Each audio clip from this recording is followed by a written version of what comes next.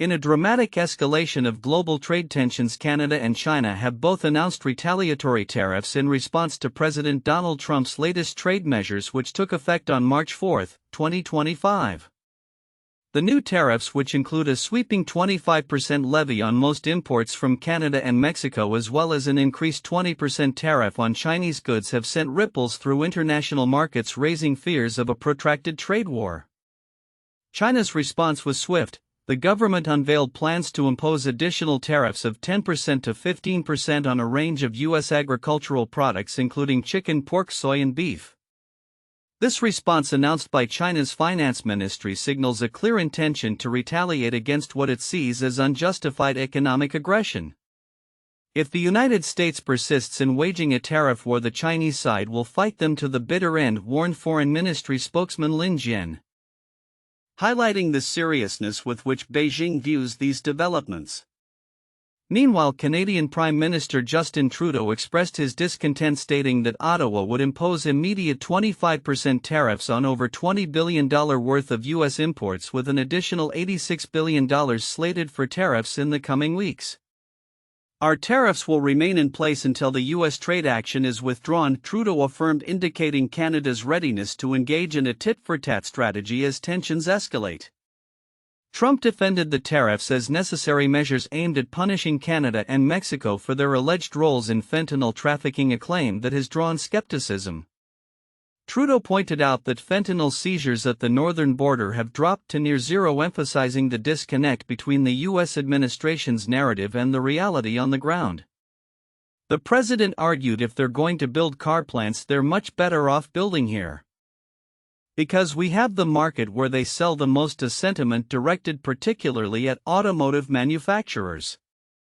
The economic implications of these tariffs are significant. U.S. stocks fell sharply following the announcement, with Asian markets also reacting negatively. Japan's Nikkei index fell over 2%, signaling investor concerns about the potential for a wider trade conflict. Consumer confidence is likely to be impacted as well, with analysts warning that the tariffs could lead to an increase in everyday prices for Americans, potentially pushing inflation as high as 4%. As the situation unfolds, Mexican President Claudia Sheinbaum has denounced the U.S. tariffs as lacking justification. While opting to delay retaliatory measures until March 9, she urged the Mexican populace to gather in solidarity against what she termed an existential threat to the nation's economy. In contrast, Trump has signaled that there is no room left for negotiations, effectively closing the door on diplomatic discussions for the time being. The international response to these developments is being closely monitored, particularly with China's upcoming annual political meetings known as the Two Sessions. Analysts expect these meetings to focus on bolstering domestic demand and high-tech innovation in light of the looming trade war with the United States. The Chinese leadership is likely to emphasize stability and economic reassurance even as it prepares to respond to U.S. actions with potential new policies. Looking ahead, the stakes are high. With both Canada and China poised to implement their retaliatory tariffs, the potential for escalating tensions remains significant. The unfolding trade war could reshape global supply chains and consumer prices, leading to a re-evaluation of international trade relationships. As both sides dig in their heels, the world watches to see how this dispute will evolve and what it means for the future of global commerce. In an escalating trade conflict, the economic landscape is shifting as China and Canada swiftly retaliate against newly imposed U.S. tariffs. On March 4, 2025, both countries announced their respective levies on U.S. goods, marking a significant development in the ongoing tensions between the U.S. and its top trading partners. This latest round of tariffs threatens to further disrupt trade dynamics that already see the U.S., Canada, and Mexico accounting for more than 40% of total U.S. imports. The U.S. tariffs, which took effect just after midnight, include a sweeping 25% duty on almost all goods imported from Canada and Mexico, along with a 10% tariff on goods from China. In response, China has decided to impose additional tariffs of up to 15% on select U.S. products, while Canada has vowed to implement tariffs as high as 25%. Mexican officials have indicated that they too will announce countermeasures in the near future. China's new tariffs effective March 10 specifically target U.S. agricultural products including chicken, wheat, corn, and cotton, among others. This strategic selection underscores Beijing's intention to hit back at the U.S. while protecting its own economic interests. The Chinese Foreign Ministry characterized the U.S. tariffs as detrimental to cooperation between the two nations, claiming they would ultimately harm American businesses and consumers. Pressure, threats, and coercion are not the right way to engage with China, said spokesperson Lin Jian, emphasizing that such tactics are miscalculations on the U.S.'s part. On the Canadian front, Prime Minister Justin Trudeau condemned the U.S. tariffs, stating that they would lead to increased costs for American consumers and potentially jeopardize thousands of jobs. He reiterated that the tariffs breached the trade agreements established during former President Trump's administration. Trudeau's administration plans to implement tariffs on $20.7 billion worth of U.S. goods immediately, with additional levies on a further $86.3 billion set to follow in 3 weeks.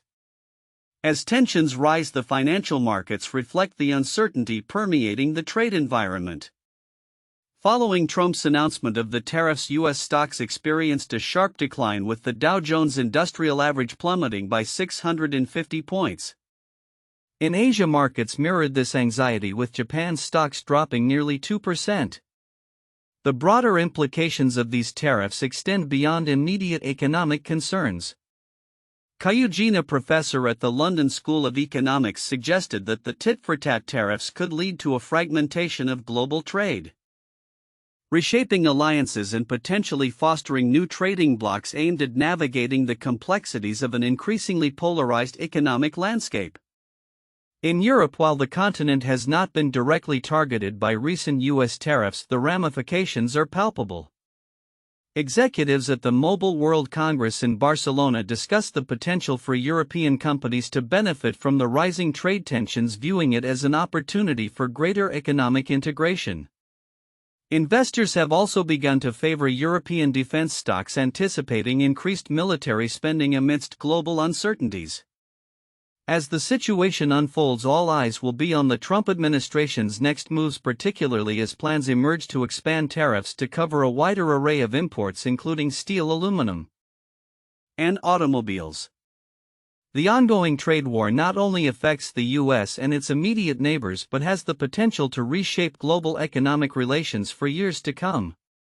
The question remains: how will nations adapt to this new reality, and what strategies will they employ to protect their interests in a rapidly changing trade environment?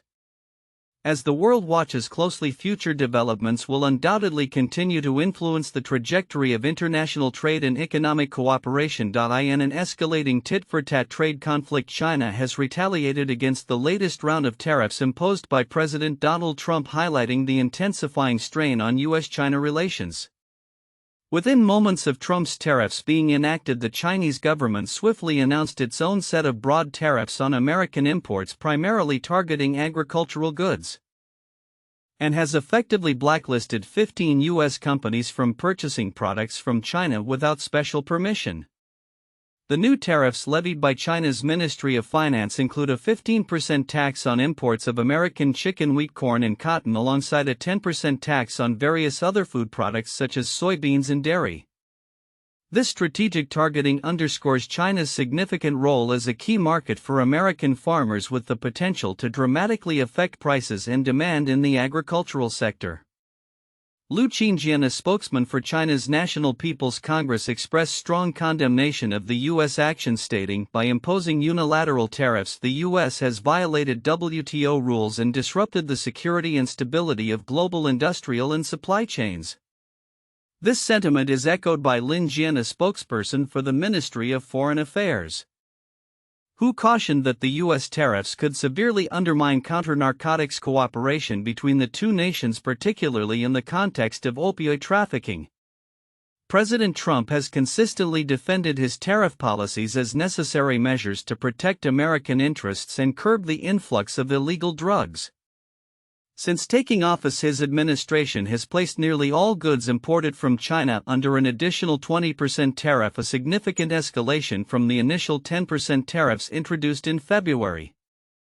The overall impact of these tariffs now raises the average tax on affected Chinese imports to an astonishing 39% compared to just 3% prior to Trump's presidency. China's countermeasures are not limited to tariffs on food.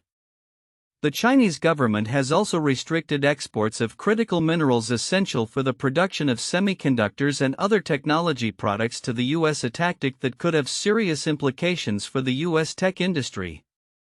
Additionally, the Ministry of Commerce has expanded its unreliable entities list, which now includes a total of 25 American companies, effectively barring them from doing business in China. Despite these retaliatory measures, analysts suggest that China is treading carefully.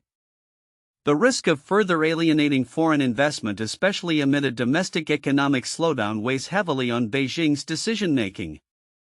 Wu Xinbo, dean of the Institute of International Studies at Fudan University, noted that China's response serves as a clear signal to the Trump administration: a unilateral tariff doesn't work, you have to sit down to talk to us and negotiate.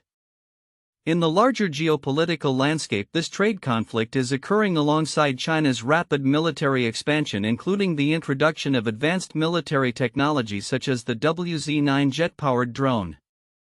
This drone is capable of tracking and countering stealth technology, raising concerns for U.S. military strategy in the region, particularly regarding Taiwan.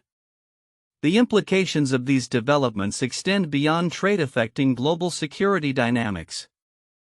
As both countries grapple with the ramifications of these economic and military maneuvers, the possibility of a more profound rift looms.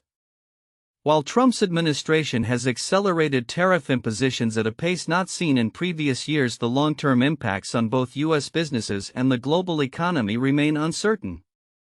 With the stakes higher than ever, the coming weeks and months will be critical in determining whether diplomatic avenues can be forged or if the conflict will deepen further, altering the landscape of international trade and relations.